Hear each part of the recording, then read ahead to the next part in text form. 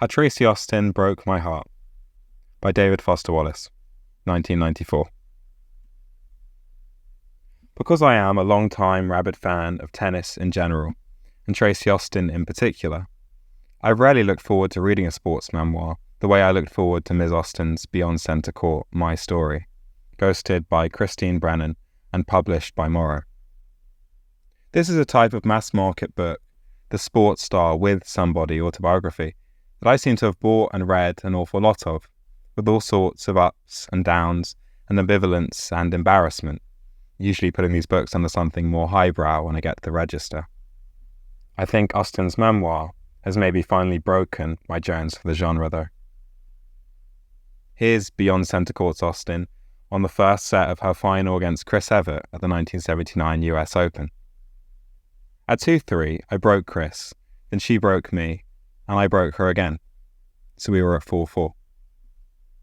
And on her epiphany after winning that final, I immediately knew what I had done, which was to win the US Open, and I was thrilled. Tracy Austin on the psychic rigours of pro competition. Every professional athlete has to be so fine-tuned mentally. Tracy Austin on her parents. My mother and father never ever pushed me. Tracy Austin on Martina Navratilova. She is a wonderful person, very sensitive and caring. On Billie Jean King. She also is incredibly charming and accommodating. On Brooke Shields. She was so sweet and bright and easy to talk to right away. Tracy Austin meditating on excellence. There is that little bit extra that some of us are willing to give and some of us aren't. Why is that? I think it's the challenge to be the best. You get the idea. On the upside, though, this breathtakingly insipid autobiography can maybe help us understand both the seduction and the disappointment that seem to be built into the mass-market sports memoir. Almost uniformly poor as books, these athletic my stories sell incredibly well. That's why there are so many of them. And they sell so well because athletes' stories seem to promise something more than the regular old name-dropping celebrity autobiography. Here is a theory. Top athletes are compelling because they embody the comparison-based achievement we Americans revere. Fastest, strongest, and because they do so in a totally unambiguous way. Questions of the best plumber or best managerial accountant are impossible even to define, whereas the best relief pitcher, free-throw shooter, or female tennis player is at any given time a matter of public statistical record. Top athletes fascinate us by appealing to our twin compulsions with competitive superiority and hard data. Plus, they're beautiful.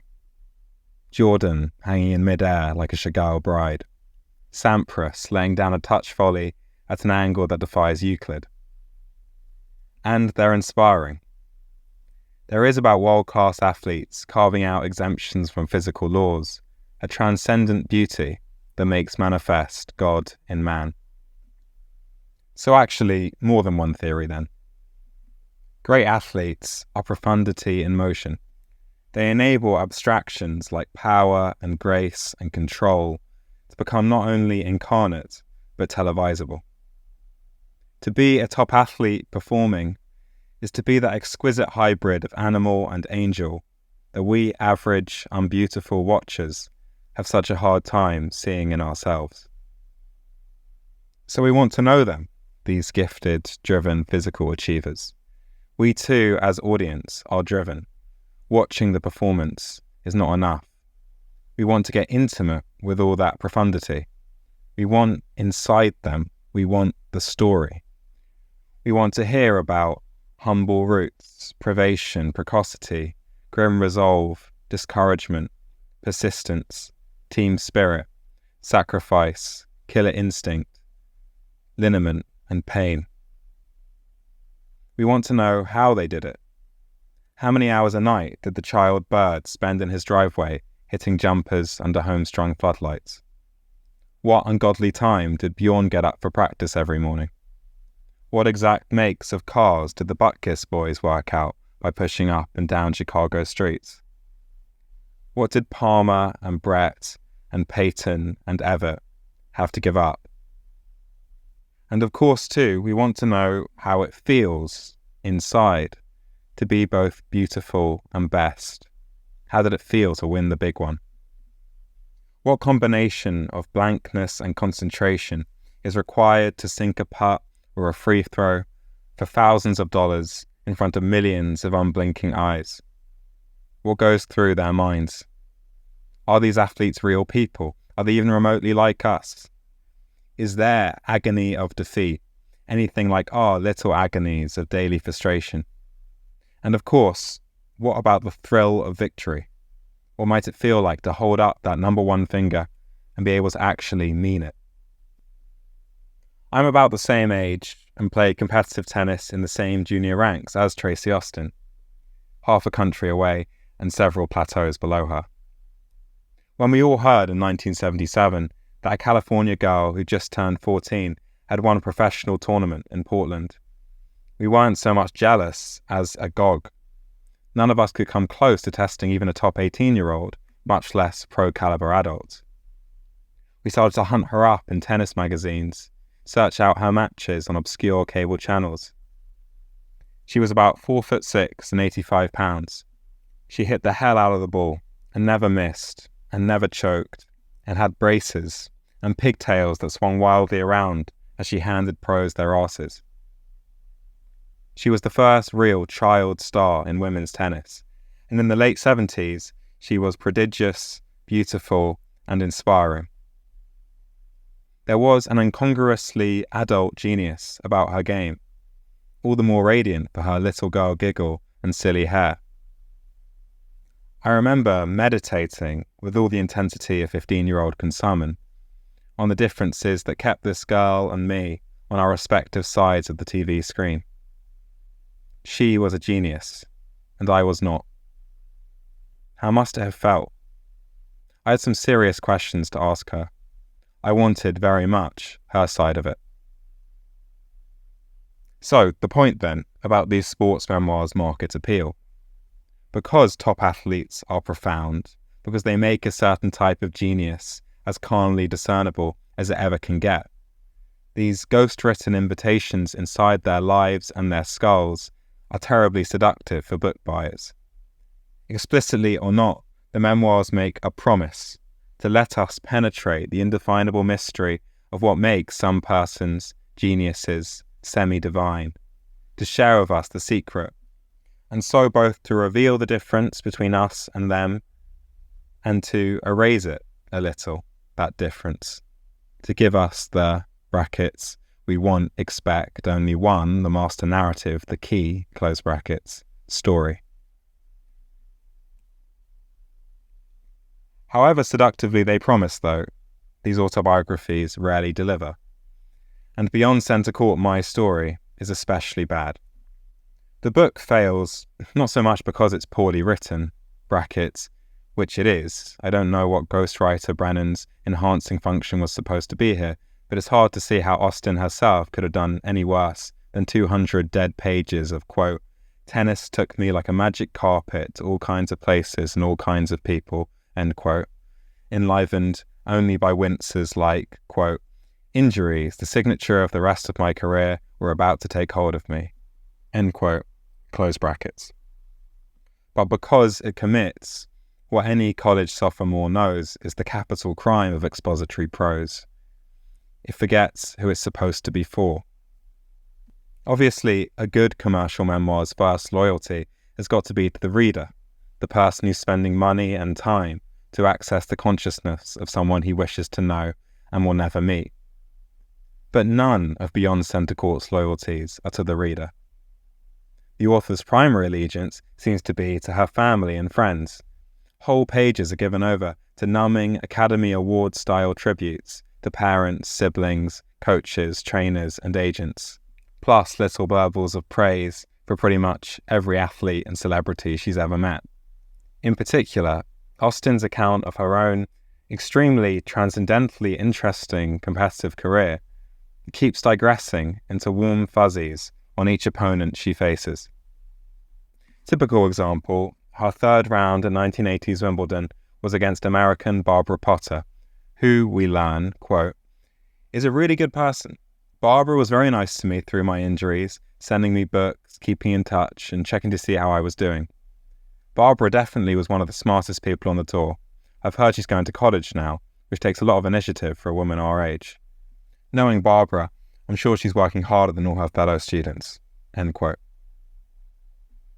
But there is also here an odd loyalty to, and penchant for the very cliches of which we sports fans weave the veil of myth and mystery that these sports memoirs promise to part for us.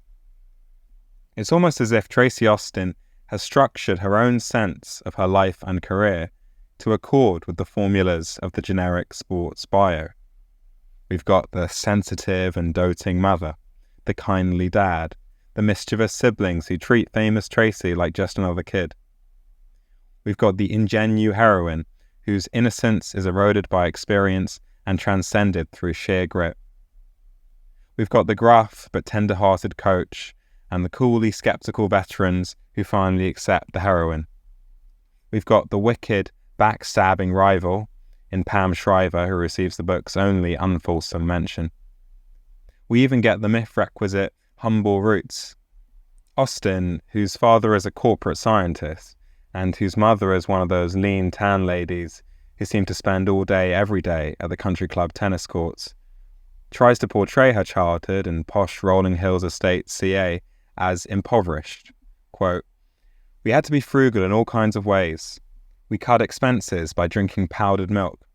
We didn't have bacon except on Christmas." End quote.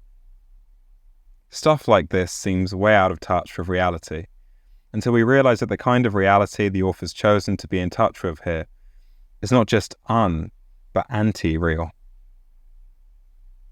In fact, as unrevealing of character as its press release tone and generic myth structure make this memoir, it's the narrator's cluelessness that permits us our only glimpses of anything like a real and faceted life.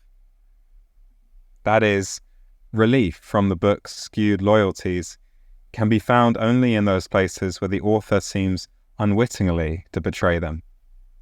She protests, for instance, repeatedly and with an almost Gertrudian fervour, that her mother, quote, did not force her into tennis at age 3.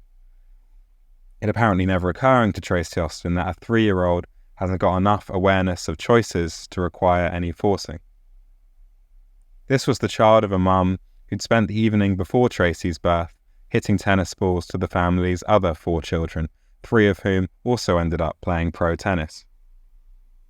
Many of the memoir's recollections of Mrs. Austin seem almost Viennese in their repression. "My mother always made sure I behaved on court, but I never even considered acting up." And downright creepy are some of the details Austin chooses in order to evince, quote, how non-intense my tennis background really was. Quote, "Everyone thinks every young tennis player is very one-dimensional, which just wasn't true in my case. Until I was 14, I never played tennis on Monday. My mother made sure I never put in 7 straight days on the court. She didn't go to the club on Mondays, so we never went there." End quote. It gets weirder. Later in the book's childhood section, Austin discusses her, quote, wonderful friendship with a man from their country club who, quote, set up matches for me against unsuspecting foes in later years and won a lot of money from his friends. And as a token of friendship, quote, bought me a necklace with a T hanging on it. The T had 14 diamonds on it. She was apparently 10 at this point. As the book's now fully adult Austin analyses the relationship, quote, "He was a very wealthy criminal lawyer, and I didn't have very much money. With all his gifts for me, he made me feel special." End quote. What a guy. Regarding her de facto employment in what is technically known as sports hustling, it was all in good fun. In the subsequent section, Austin recalls a 1978 pro tournament in Japan that she hadn't much wanted to enter. Quote, "It was just too far from home, and I was tired from the travel grind. They kept offering me more and more money for an appearance fee, well over $100,000, but I said no. Finally, they offered to fly my whole family over. That did it. We went, and I won easily." End quote. Besides displaying an odd financial sense, she won't come for $100,000 plus, but will come if they add a couple thousand in airfare. Tracy Austin seems here unaware of the fact that, in the late 70s, any player who accepted a guaranteed payment just for entering a tournament was in violation of a serious tour rule. The backstory here is that both genders' player associations had outlawed these payments because they threatened both the real and the perceived integrity of pro tennis. A tournament that has paid some star player a hefty guarantee, wanting her in the draw because her celebrity will help increase ticket sales, corporate sponsorships, TV revenues, etc., thereafter has an obvious stake in that player's survival in the tournament, and so has an equally obvious interest in keeping her from getting upset by some lesser-known player in the early rounds, which, since matches linesmen and umpires are employed by the tournament, can lead to shady officiating, and has so led. Far stranger things than a marquee players receiving a suspicious number of favourable line calls have happened, though apparently somehow not in Tracy Austin's experience. The naivete on display throughout this memoir is doubly confusing. On the one hand, there's little sign in this narrator of anything like the frontal lobe activity required for outright deception. On the other, Austin's ignorance of her sport's grittier realities seems literally incredible. Random examples: when she sees a player tank a 1988 tournament match to make time for a lucrative appearance in a TV ad, Tracy, quote, "couldn't believe it. I'd never played with anyone who threw a match before, so it took me a set and a half to realise what was happening." End quote. This, even though match tanking had been widely and publicly reported as a dark consequence of skyrocketing exhibition and endorsement fees for at least the 11 years Austin had been in pro tennis. Or drugs-wise, although problems with everything up to cocaine and heroin in pro tennis had been not only acknowledged but written about in the 1980s, Austin manages to move the reader to both scorn and pity with pronouncements like, quote, "I assume players were experimenting with marijuana and certainly were drinking alcohol, but I don't know who or when or where. I wasn't invited to those parties, if they were happening at all, and I'm very glad I wasn't." End quote. And so on, and so on. Ultimately, though, what makes Beyond Centre Court so especially disappointing is that it could have been much more than just another "I was born to play" sports memoir. The facts of Tracy Austin's life and its trajectory are almost classically tragic. She was the first of tennis's now ubiquitous nymphet prodigies, and her rise was meteoric. Picked out of the crowd as a toddler by coaching guru Rick Braden, Austin was on the cover of World Tennis magazine at age 4. She played her first junior tournament at 7, and by 10, she had won the National Girls 12 and Under Championship, both indoors and out, and was being invited to play public exhibitions. At 13, she had won national titles in most junior age groups, been drafted as professional by World Team Tennis, and appeared on the cover of Sports Illustrated under the teaser "A Star is Born." At 14, having chewed up every female in US juniors, she entered the preliminary qualifiers for her first professional tournament, and proceeded to win not just the qualifying event, but the whole tourney, a feat roughly equivalent to someone who was ineligible for a DMV learner's permit winning the Indianapolis 500. She played Wimbledon at 14, turned pro as a 9th grader, won the US Open at 16, and was ranked number 1 in the world at just 17 in 1980. This was the same year her body started to fall apart.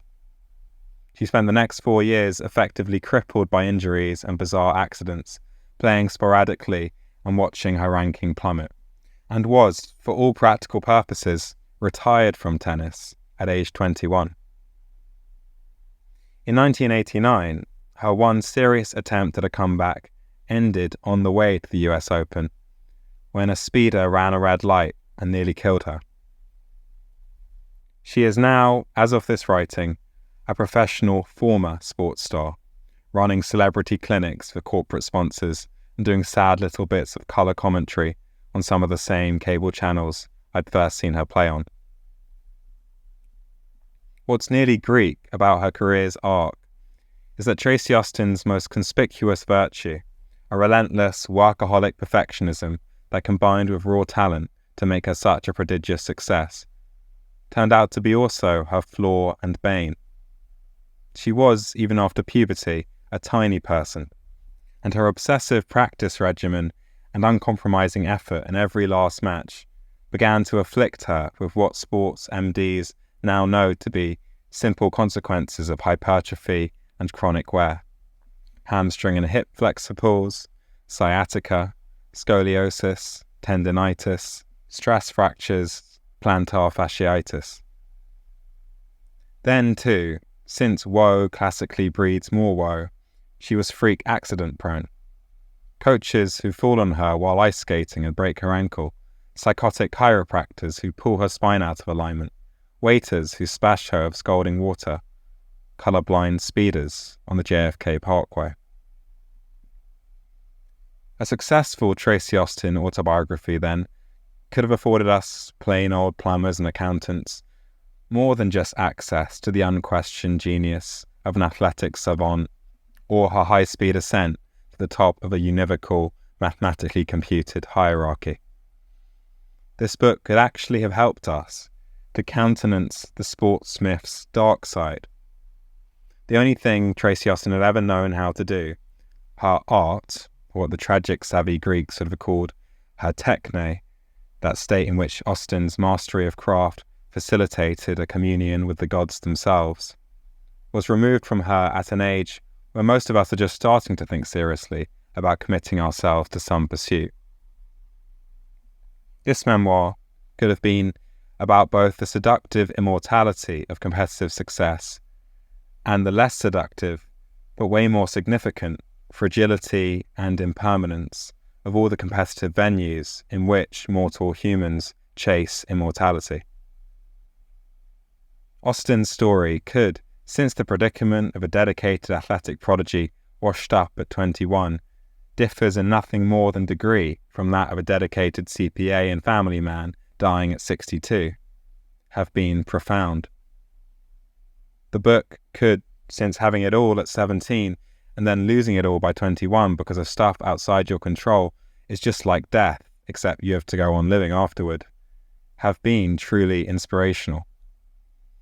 And the publisher's flap copy promises just this, quote, "The inspirational story of Tracy Austin's long struggle to find a life beyond championship tennis." But the publisher's flap copy lies, because it turns out that inspirational is being used on the book jacket only in its ad cliche sense, one basically equivalent to heartwarming or feel good or even, God forbid, triumphant. Like all good ad cliches, it manages to suggest everything and mean nothing. Honourably used, to inspire means, according to Mr. American Heritage, to animate the mind or emotions of, to communicate by divine influence. Which is to say that inspirational, honourably used, describes precisely what a great athlete becomes when she's in the arena performing, sharing the particular divinity she's given her life for, letting people witness concrete, transient instantiations of a grace that for most of us remains abstract and immanent. Transcendent as were Tracy Austin's achievement on a public court, her autobiography does not come anywhere close to honouring the promise of its flap copy's inspirational. Because, forget divine, there's not even a recognisable human being in here. And this isn't just because of clunky prose or luxated structure. The book is inanimate because it communicates no real feeling, and so gives us no sense of a conscious person. There's nobody at the other end of the line. Every emotionally significant moment or event or development gets conveyed in either computeresque staccato or else a pre-packaged PR speak whose whole function is, think about it, to deaden feeling. See, for instance, Austin's account of the moment when she has just beaten a world-class adult to win her first professional tournament. Quote, "It was a tough match, and I simply outlasted her. I was beginning to get a reputation for doing that. When you play from the baseline, perseverance is everything. The prize money for first place was $28,000. Footnote, or listen again to her report of how winning her first US Open felt. I immediately knew what I had done, which was to win the US Open, and I was thrilled." This line haunts me. It's like the whole letdown of the book boiled down into one dead bite. End footnote. Or check out the book's description of her career's tragic climax. After working for 5 years to make a comeback, and then literally on the way to Flushing Meadows National Tennis Centre, getting sideswiped by a van and having her leg shattered through sheer bad luck, Tracy Austin was now permanently finished as a world-class athlete, and had then to lie for weeks in traction and think about the end of the only life she'd ever known. In Beyond Centre Court, Austin's inspirational prose response to this consists of quoting Leo Buscaglia, reporting on her newfound enthusiasm for shopping, and then giving us an excruciating chapter-long list of every celebrity she's ever met. Of course, neither Austin nor her book is unique.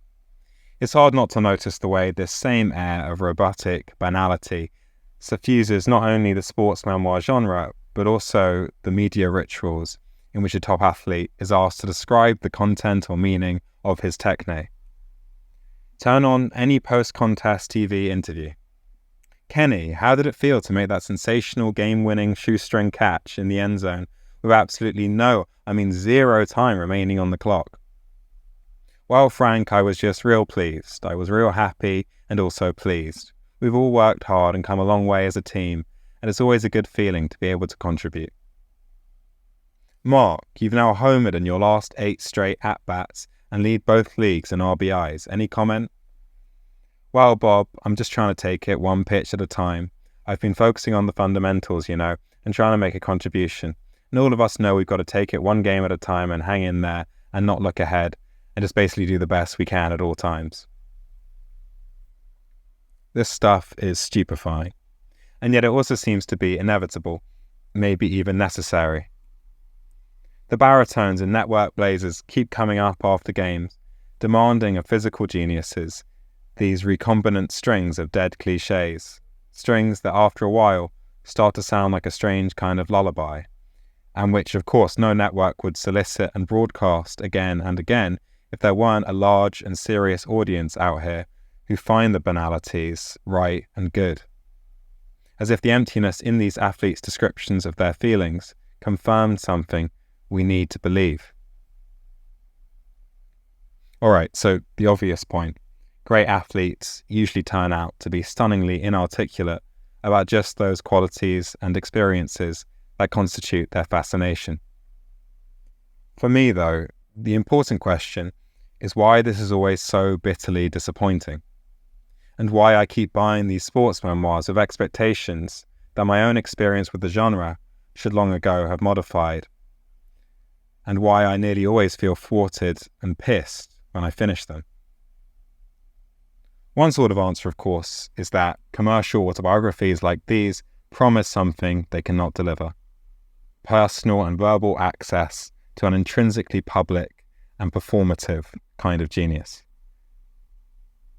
The problem with this answer is that I and the rest of the US book market aren't that stupid. If impossible promises were all there was to it, we'd catch on after a while, and it would stop being so profitable for publishers to churn these memoirs out. Maybe what keeps us buying in the face of constant disappointment is some deep compulsion both to experience genius in the concrete and to universalize genius in the abstract.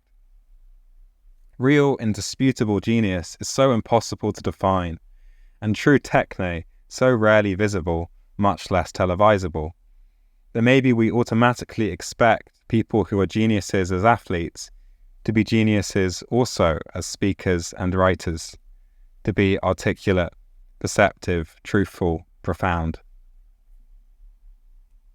If it's just that we naively expect geniuses in motion to be also geniuses in reflection, then their failure to be that shouldn't really seem any crueler or more disillusioning than Kant's glass jaw or Eliot's inability to hit the curve.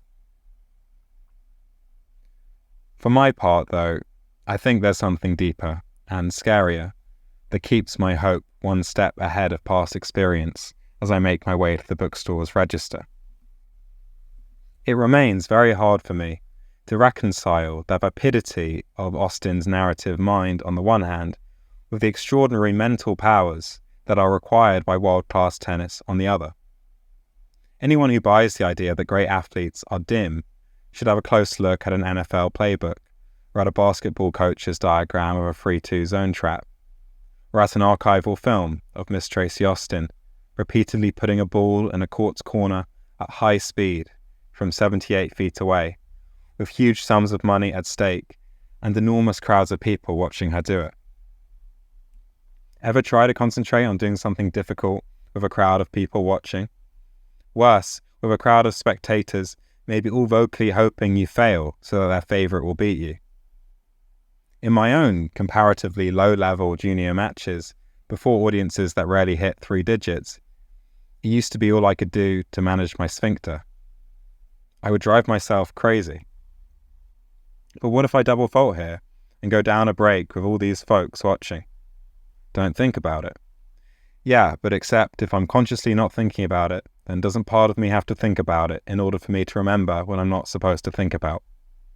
Shut up, quit thinking about it, and serve the goddamn ball. Except how can I even be talking to myself about not thinking about it unless I'm still aware of what it is I'm talking about not thinking about? And so on.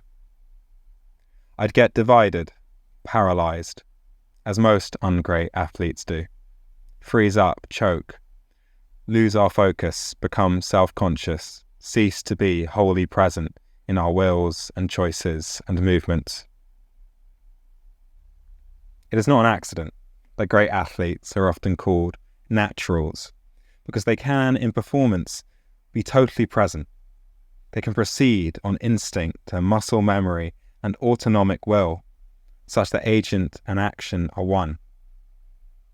Great athletes can do this even, and for the truly great ones like Borg and Bird and Nicklaus and Jordan and Austin, especially under wilting pressure and scrutiny.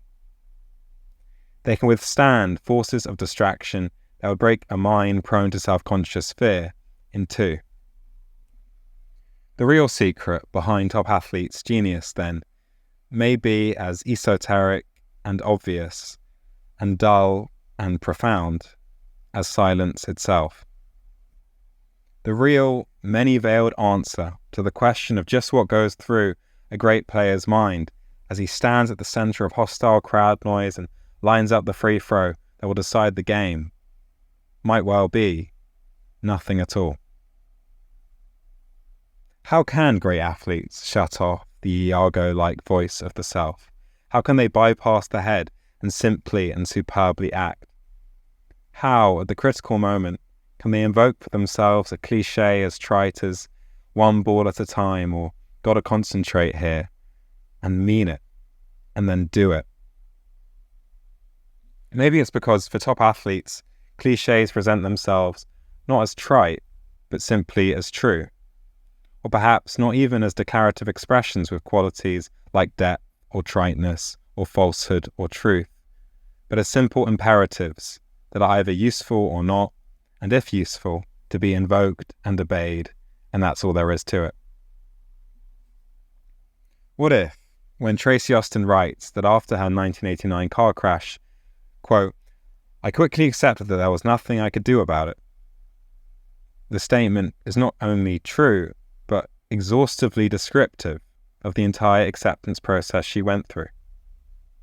Is someone stupid or shallow because she can say to herself that there's nothing she can do about something bad, and so she'd better accept it, and thereupon simply accept it with no more interior struggle? Or is that person maybe somehow natively wise and profound, enlightened in the childlike way some saints and monks are enlightened? This is, for me, the real mystery. Whether such a person is an idiot or a mystic, or both, and or neither. The only certainty seems to be that such a person does not produce a very good prose memoir. That plain empirical fact may be the best way to explain how Tracy Austin's actual history can be so compelling and important, and her verbal account of that history not even alive. It may also, in starting to address the differences in communicability between thinking and doing, and between doing and being, yield the key to why top athletes' autobiographies are at once so seductive and so disappointing for us readers. As is so often SOP with the truth, there's a cruel paradox involved. It may well be that we spectators, who are not divinely gifted as athletes, are the only ones able truly to see, articulate, and animate the experience of the gift we are denied, and that those who receive and act out the gift of athletic genius must, perforce, be blind and dumb about it. And not because blindness and dumbness are the price of the gift, but because they are its essence.